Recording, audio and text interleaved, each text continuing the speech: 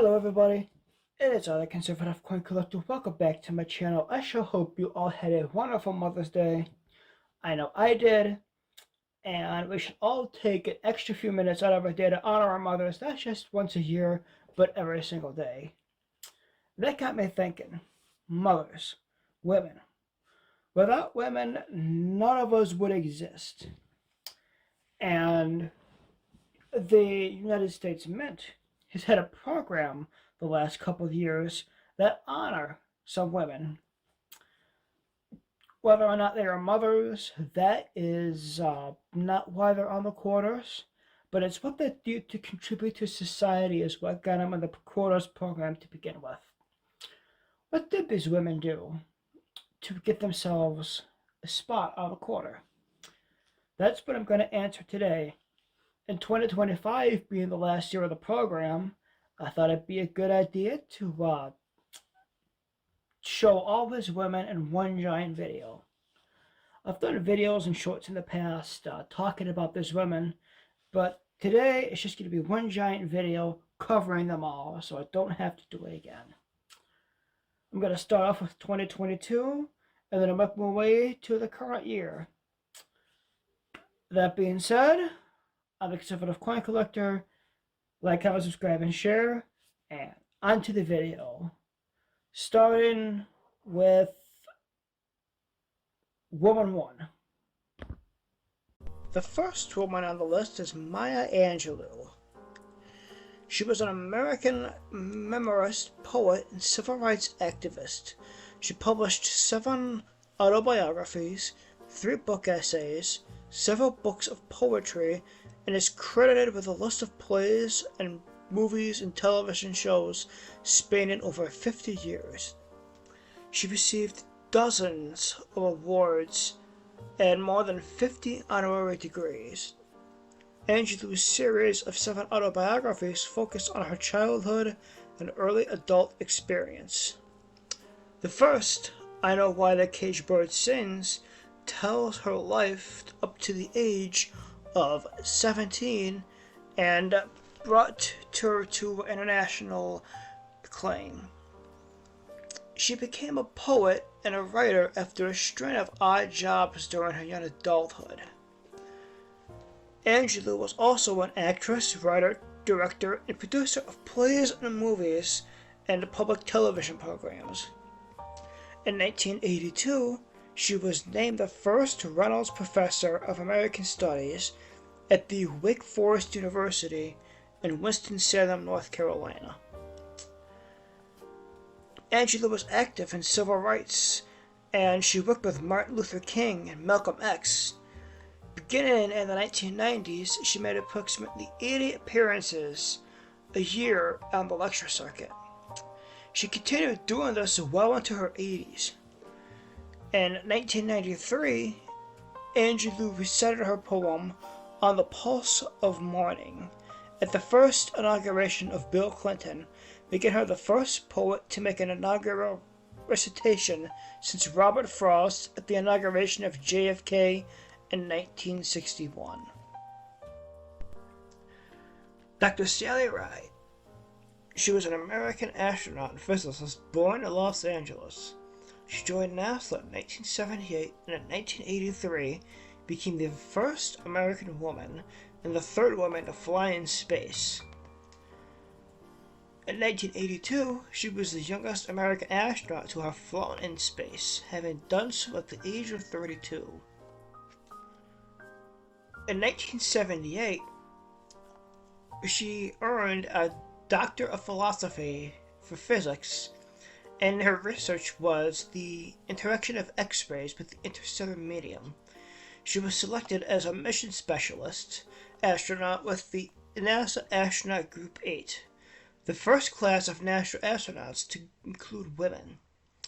After completing training in 1979, she served as the ground-based capsule communicator for the 2nd and 3rd space shuttle flights.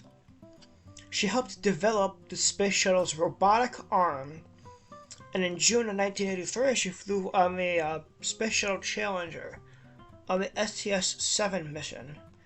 The mission deployed 2 communication satellites and was the first shuttle pellet satellite. It was right operated, and the arm that she created was to deploy and retrieve the SPAS-1. She spent a total of 343 hours in space, and then she left NASA in 1987. Wright worked at Stanford University's Center for International Security and Arms Control and the University of California, San Diego, primarily researching nonlinear options. She served as on the committees that investigated the loss of the Challenger and of Columbia. She's the only person to participate having been married to astronaut Stephen Hawley during her spaceflight years. Unfortunately, she died of pancreatic cancer in 2012 at the age of 61. Wilma Mankiller. She was a Native American activist, social worker, community developer, and was the first woman elected to serve as the principal chief of the Cherokee Nation. Born in Oklahoma, she lived on her family's allotment in Adair County, Oklahoma until the age of 11, when her family was relocated to San Francisco as a part of a federal government program to urbanize indigenous Americans. After high school, she married a well-to-do educatorian and raised 2 daughters. She inspired by social and political movements of the 1960s. Mankiller became involved in the operation of Alcatraz and later participated in the land and compensation struggles with the Pit River tribe. For 5 years in the 1970s, she was employed as a social worker, focusing on mainly children's issues. When Mankiller returned home to Oklahoma in 1976, the Cherokee Nation hired her as an economic stimulus coordinator. With her expertise at preparing documentation, she became a successful grant writer, and by the early 1980s was directing the newly created Community Development Department of the Cherokee Nation. As director, she designed and supervised innovative community projects allowing rural citizens to identify their own challenges, and through their labor, participate in solving them. Her project in Bell, Oklahoma was featured in the movie The Cherokee World for Water, directed by Charlie Soap and Tim Kelly. In 2015, the movie was selected as the top American Indian film of the last 40 years by the American Indian Film Institute. Her project in Kenwood received the Department of Housing and Urban Development's Certificate of National Merit. Mankiller returned to her activist role as an advocate, working to improve the image of Native Americans and combat the misappropriation of their Native heritage. She authored books including the best-selling autobiography Mankiller, A Chief of Her People, and giving numerous lectures on healthcare, tribal sovereignty, women's rights, and cancer awareness after retiring from politics. Through her life, she had serious health problems, including polycystic kidney disease, myasthenia gravis, lymphoma, and breast cancer, and she needed 2 kidney transplants. She died in 2010 from pancreatic cancer and was honored with many local, state, and national awards, including the nation's highest civilian honor, the Presidential Medal of Freedom. Adelina Otero Warren, or known as Nina Otero Warren, was an American woman suffragist, educator, and politician. She created a legacy of civil service through her work in education, politics, and public health. She became one of New Mexico's first female government officials when she served as Santa Fe Superintendent of Instruction from 1917 to 1929. She was the first Latina to run for Congress, running unsuccessfully in 1922 as a Republican nominee to represent New Mexico's at-large district in the U.S. House of Representatives. There isn't much.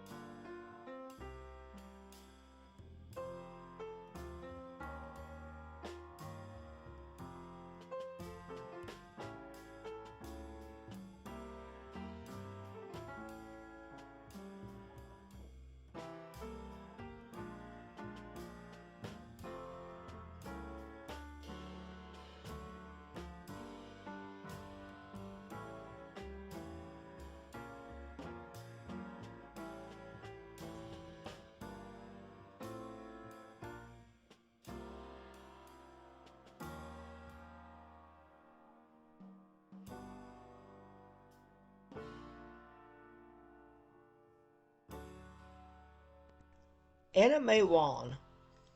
She was known as an American actress, considered the first Chinese-American film star in Hollywood, as well as the first Chinese-American actress to gain international recognition. Her varied career spanned the silent film, sound film, television stage, and radio. She is also the final woman I'm covering that was honored in 2022. Born in Los Angeles, Wong became engrossed in films and decided to become an actress at the age of 11. Her first role will be an extra in the movie The Red Lantern, which debuted in 1919.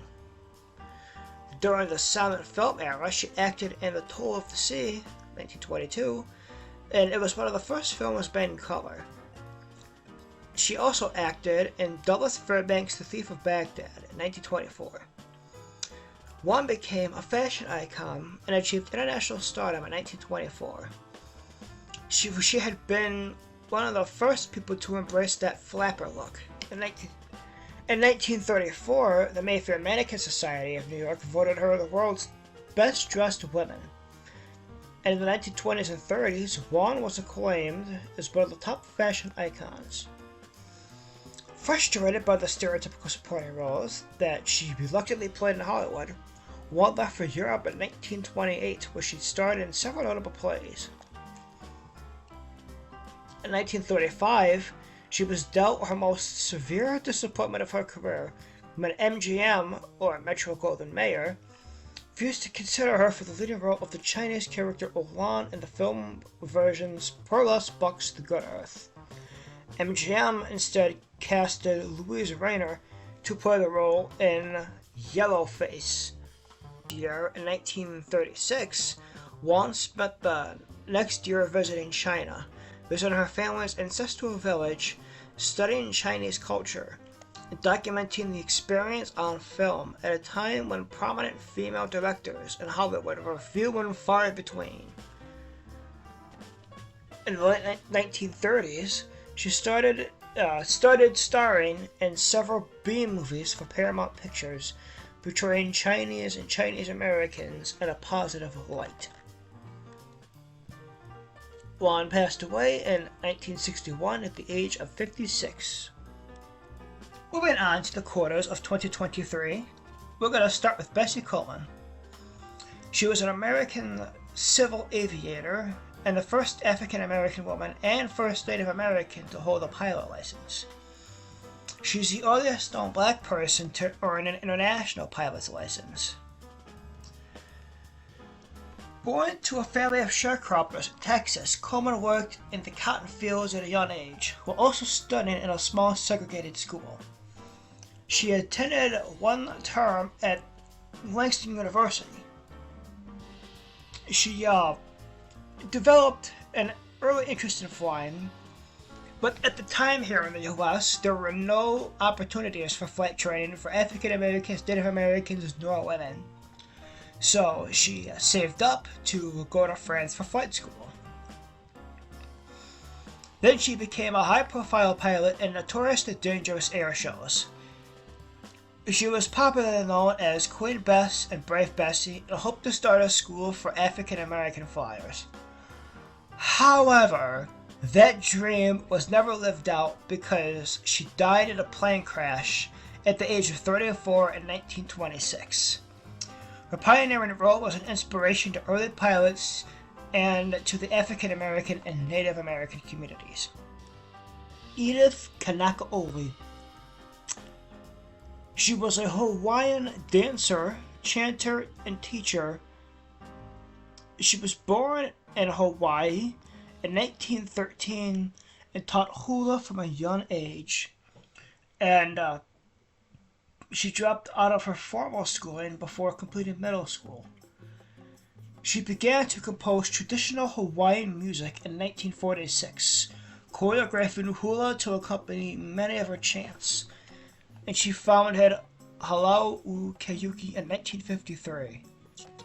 In the 1970s, she taught Hawaiian studies and language at the Hawaii Community College, later at the University of Hawaii at Hilo, where she worked until her death in 1979.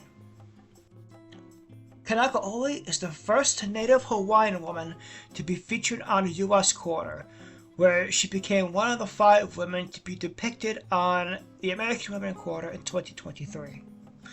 In a press release announcing the honor to the United States Mint, stated that Kanakaole's mo'olio, or stories, served to rescue aspects of Hawaiian history, customs, and traditions that were disappearing due to cultural bigotry at the time. Eleanor Roosevelt. She was an American political figure, diplomat, and activist. She was the longest-serving First Lady of the United States during her husband Franklin D. Roosevelt, FDR's 4 terms, through 1933 to 1945. Though her travels, public engagements, and advocacy, she largely refined the role.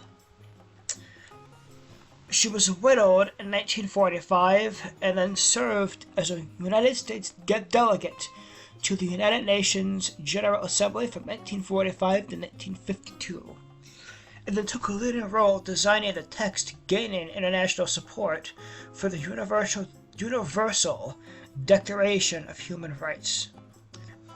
In 1948, she was given a standing ovation by the Assembly upon the adoption of the Declaration. President Harry S. Truman later called her the First Lady of the World in tribute to her human rights achievements. Roosevelt was in her time one of the most widely admired and powerful women. Nevertheless, in the early years in the White House, she was controversial for her outspokenness, particularly with the respect due to her promotion of civil rights for African Americans. She was the first presidential spouse to hold regular press conferences, write a daily newspaper column, write a monthly magazine column, and host a weekly radio show, and speak at a National Party convention. On few occasions, she publicly disagreed with her husband's policies. She launched an experimental community at Arthurdale's, West Virginia, for the families of unemployed minors, later widely regarded as a failure. She advocated for roles in women in the workplace and the civil rights of African Americans and Asian Americans, and the rights of World War II refugees. Following FDR's death in 1945, she pressed the United States to join and support the United Nations and became its first delegate to the Committee on Human Rights. She served as the first chair of the UN Commission of Human Rights and oversaw the drafting of the Universal Declaration of Human Rights. Later, she chaired the John F. Kennedy administration's Presidential Commission on the Status of Women. By the time of her death, Roosevelt was regarded as one of the most esteemed women in the world. The New York Times called her the object of almost universal respect in her obituary. In 1999, Roosevelt was ranked ninth in the top 10 of the Gallup's list of most widely admired women, or people rather, of the 20th century, and was found to rank as the most admired women in 13 different years between 1948 and 1961. A lot of people and a lot of historians assess Roosevelt as the greatest American First Lady. Lodiva Idar. She was an American journalist, teacher, political activist, and civil rights worker who championed the cause of Mexican Americans and Mexican American immigrants. Against the backdrop of the Mexican Revolution, which lasted from 1910 to 1920, she worked a series of newspapers, using her writing to work towards making a meaningful and effective change. She began her career in journalism at La Cocina, her father's newspaper in Laredo, Texas, her hometown. While working as a journalist, she became the president of the newly established League of Mexican Women in October 1911. It was an organization with a focus on offering free education to Mexican children in Laredo.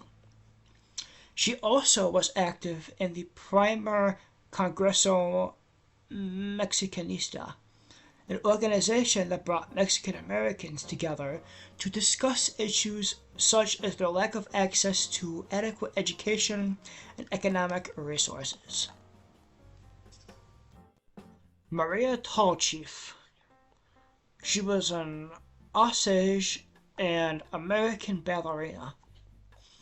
She was the first major prima ballerina and the first Native American to hold the rank. Together with Georgian American choreographer George Balanchine, she is widely considered to have revolutionized ballet. Pauli Murray, or Reverend Dr. Pauli Murray, was an American civil rights activist, advocate, legal scholar and theorist, author, and later in life an Episcopal priest. Murray's work influenced the civil rights movement and expanded legal protection for gender equality. Born in Baltimore, Maryland, Murray was essentially orphaned and then was raised mostly by her maternal aunt in Durham, North Carolina. At age 16, she moved to New York City to attend Hunter College and graduated with a Bachelor of Arts degree in English in 1933. In 1940, Murray sat at the whites-only section on a Virginia bus with a friend, and they were subsequently arrested for violating state segregation laws. And her subsequent involvement with the Social Workers Defense League led her to pursue her career goal of working as a civil rights lawyer. She enrolled in the law school at Howard University, where she was the only woman in her class. Murray graduated first of her class in 1944, but then was denied a chance to do postgraduate work at Harvard University because of her gender. She called such prejudice against women Jane Crow, alluding to the Jim Crow laws that enforced racial segregation in the southern United States. She earned a master's degree in law at the University of California, Berkeley, and in 1965 became the first African American to receive a Doctor of Juridical Science. It's a degree that she got from Yale Law School. As a lawyer, Murray argued for civil rights and women's rights. Patsy Mink. She was an American attorney and politician from Hawaii who served in the United States House of Representatives for 24 years and was a member of the Democratic Party. Initially from 1965 to 1977, and again from 1990 until her death in 2002. She was the first woman of color and the first Asian American woman elected to Congress, and is known for her work on legislation advancing women's rights and education. Meg was a third-generation Japanese American, having been born and raised on the island of Maui. After graduating as valedictorian of the Maui High School class in 1944, she attended University of Hawaii at Manoa for 2 years and subsequently enrolled in the University of Nebraska, where she had experienced racism and worked to have segregation policies eliminated. After illness forced her to return to Hawaii to complete her studies there, she applied to 12 medical schools to continue her education, but was rejected by all of them. Following a suggestion by her employer, she opted to study law and was accepted at the University of Chicago Law School in 1948. While there, she met and married a graduate student in geology, John Francis Mink. When they graduated in 1951, Patsy was unable to find employment after the birth of their daughter in 1952, and the couple moved to Hawaii. When she was refused the right to take the bar examination due to the loss of her Hawaiian territorial residency upon marriage, Mink challenged the statute. Though she won the right to take the test and pass the examination, she could not find public nor private employment because she was married and had a child. Mink's father helped her open her own practice in 1953, and around the same time she became a member of the Democratic Party.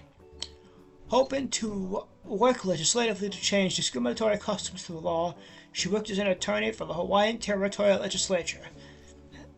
The following year, this was in 1955, and the following year, in 1956, she ran for a seat in the Territorial House of Representatives, winning the race, and she became the first Japanese American woman to serve in the Territorial House, and 2 years later, the first woman to serve in the Territorial Senate. She won her campaign for the upper house in 1960, Mink gained national attention when she spoke in favor for the Civil Rights Platform and the Democratic National Convention. In Los Angeles in 1962, she was elected to the new Hawaii State Senate, becoming the first Asian American woman to be elected and serve as a state legislator in the United States. In 1964, Mink ran for federal office and won the seat in the U.S. House of Representatives, and she served a total of 12 terms or 24 years, split between representing Hawaii's at-large congressional district from 1965 to 1977, and a second congressional district from 1990 until 2002. While Congress in the late 1960s, she introduced the first comprehensive initiatives under the Early Childhood Education Act of 1965.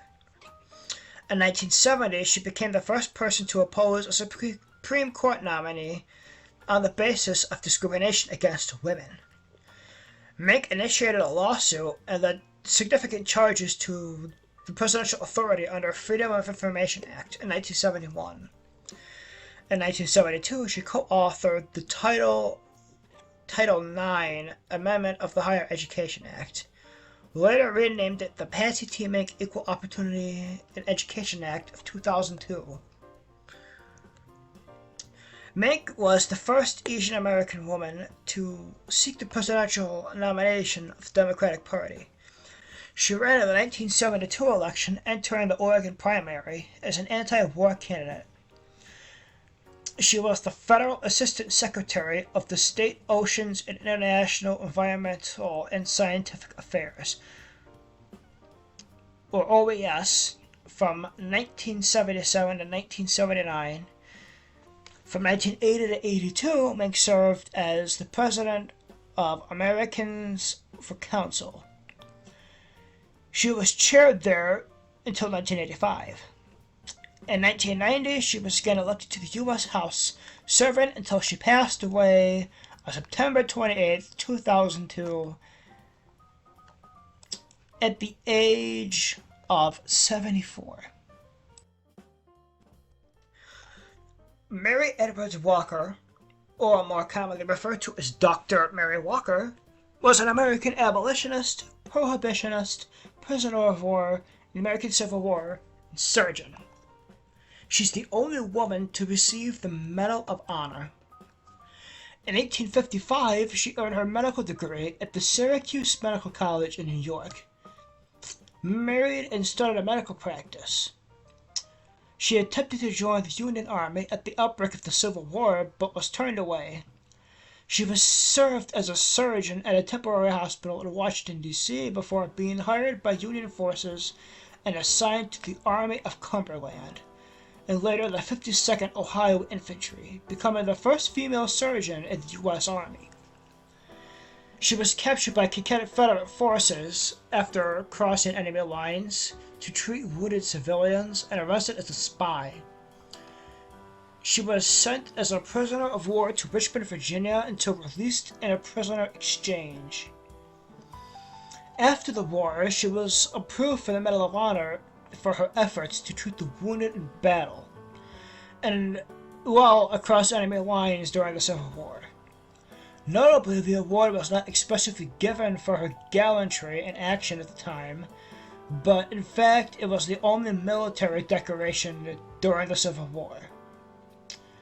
Walker is the only woman to receive the medal and only one of 8 civilians to ever receive it.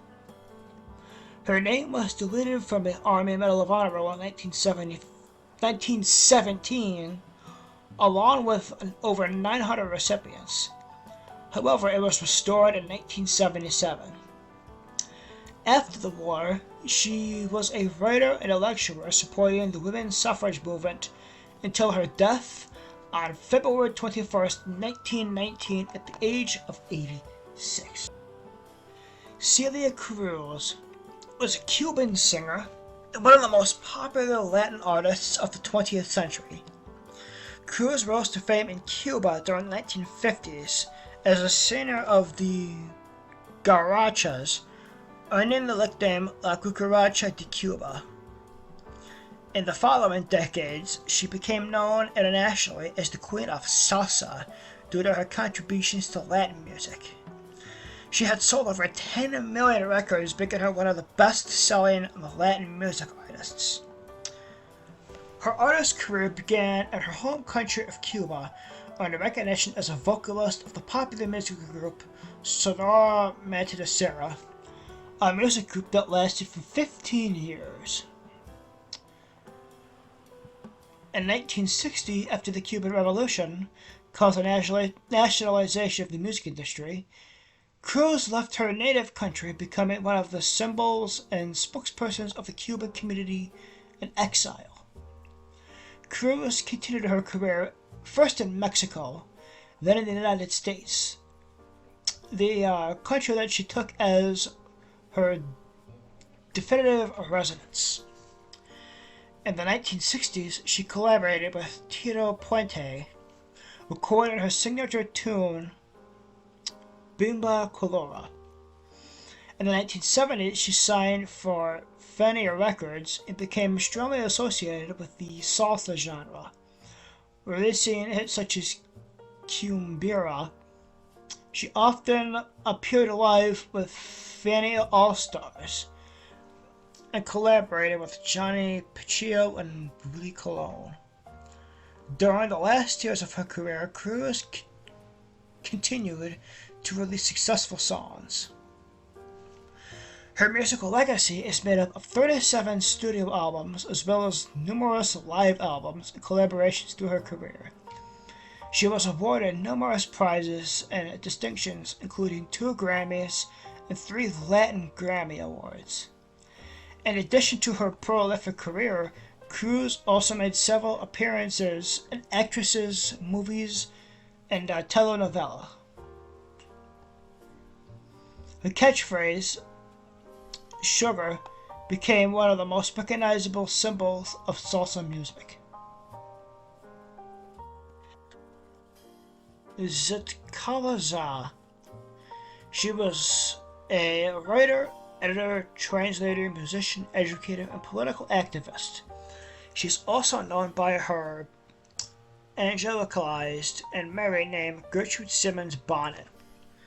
She wrote several works chronicling her struggles with cultural identity and the pull between the majority culture in which she was educated and the Dakota culture in which she was born and raised. Her later books were among the first words to bring traditional Native American stories to a widespread white English-speaking readership. She was the co-founder of the National Council of American Citizens in 1926, which was established to lobby for Native people's rights to United States citizenship and other civil rights. They had long been noted as one of the most influential Native American activists of the 20th centuries. Working with American musician William F. Hanson, Zah wrote the libretto and the songs for the Sundance Opera, the first American Indian opera. It was composed in a romantic musical style and based on the Sioux and Utes cultural themes. She died January 26, 1938, at the age of 61. Moving on to the 2025 quarters, the first woman I have for you is Ida B. Wells. She was an American investigative journalist, sociologist, educator, and an early leader in the civil rights movement. She was one of the founders of the NAACP. Wells dedicated her career to combating prejudice, violence, and advocating for African American equality, especially that for women. Wells was born into slavery in Harvey Springs, Mississippi, and she was freed as an infant due to the Emancipation Proclamation, when the Union Army troops captured Harvey Springs. At the age of 16, she had lost both her parents. Together with the help of her grandmother, they later moved with some of her siblings to Memphis, Tennessee. Wells co-owned and wrote the Memphis Free Speech and Headlight newspaper, where her reporting covered incidents of racial segregation and inequality. Eventually, her investigative journalism was carried nationally in black-owned newspapers. Subjected to continued threats and criminal violence, including when a white mob destroyed her newspaper office and presses, Wells left Chicago, Illinois. She married Ferdinand L. Barnett in 1895 and had a family while continuing her writing and speaking and organizing for civil rights and the women's movement for the rest of her life. Wells was outspoken regarding her beliefs as a black female activist and faced regular public disapproval, sometimes including the other leaders in the civil rights movement and the women's suffrage movement. She was active in women's rights and the women's suffrage movement, establishing several notable women's organizations. As a skilled, persuasive speaker, Wells traveled nationally and internationally on lecture tours. When Wells died on March 25, 1931 at the age of 68. In Chicago, that's where she lived. In 2020, she was posthumously honored with a Pulitzer Prize special citation for her outstanding and courageous reporting on the horrific and vicious violence against African Americans during the era of lynching. Juliette Gordon Low. She was the founder of the Girl Scouts of the USA and was inspired by the work of Robert Baden-Powell, the founder of the Scout movement. She joined the Girl Guide movement in England, forming her own group of Girl Guides there in 1911. In 1912, she returned to the United States the same year and established the first Girl Guide troop in the country, in Savannah, Georgia. In 1915, when the United States Girl Guides became known as the Girl Scouts and Juliette became the first leader, she remained there until the time of her death in 1927.